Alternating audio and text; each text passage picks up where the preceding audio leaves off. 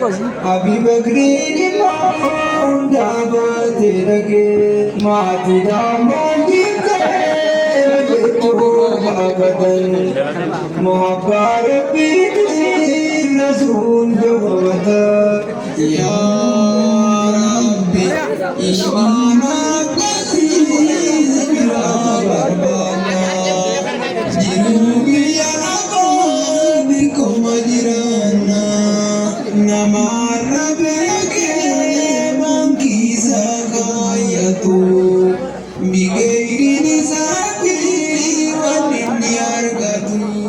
Namahati aapse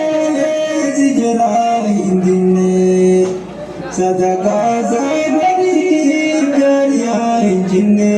miskin alachisa kalbi gagajisa rubbute lafa gamajina rabbile sidisa ashada sibuze bulake dirisa sahaba Gana jiran jadi numri ninda fatu buya dubege namulakawatu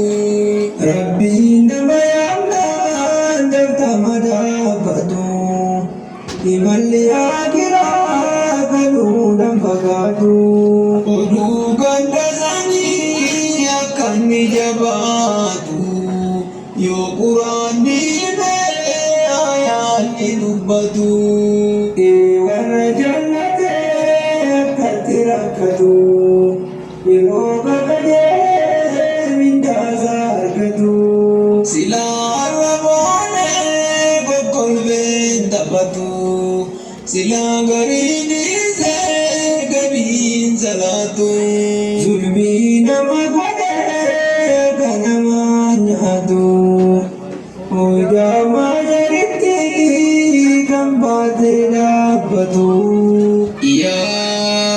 Rabbi la fakir gargare tiru gargari Rakko gandalaju jalanu barari Ya Rabbi wangam nurnaguno miskin gargare adinu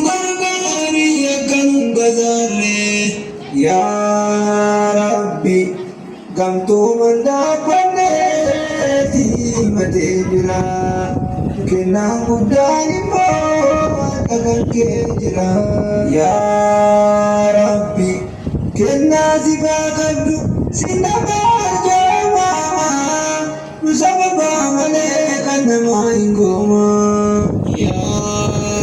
Rabbi kalima jada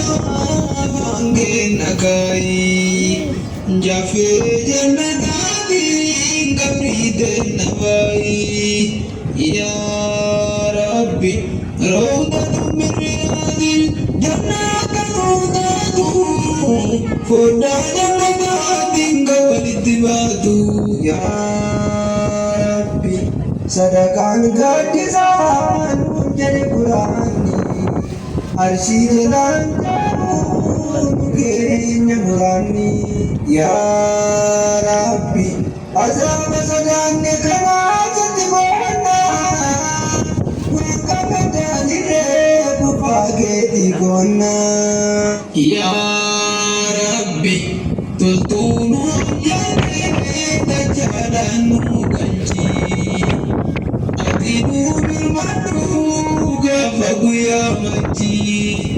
Ya Rabbi Kumagana maji Muradanu gari Kanaguya Nandanu nagari Ya Rabbi Kanati murada Muragane Kiriya dada Janke sanajane Ya Rabbi Jama karabate kotu ketubi Belada tise kufaka muvi Ya Rabbi Doina nundazi Narkaroli hite Iyuma fokatu Narjaya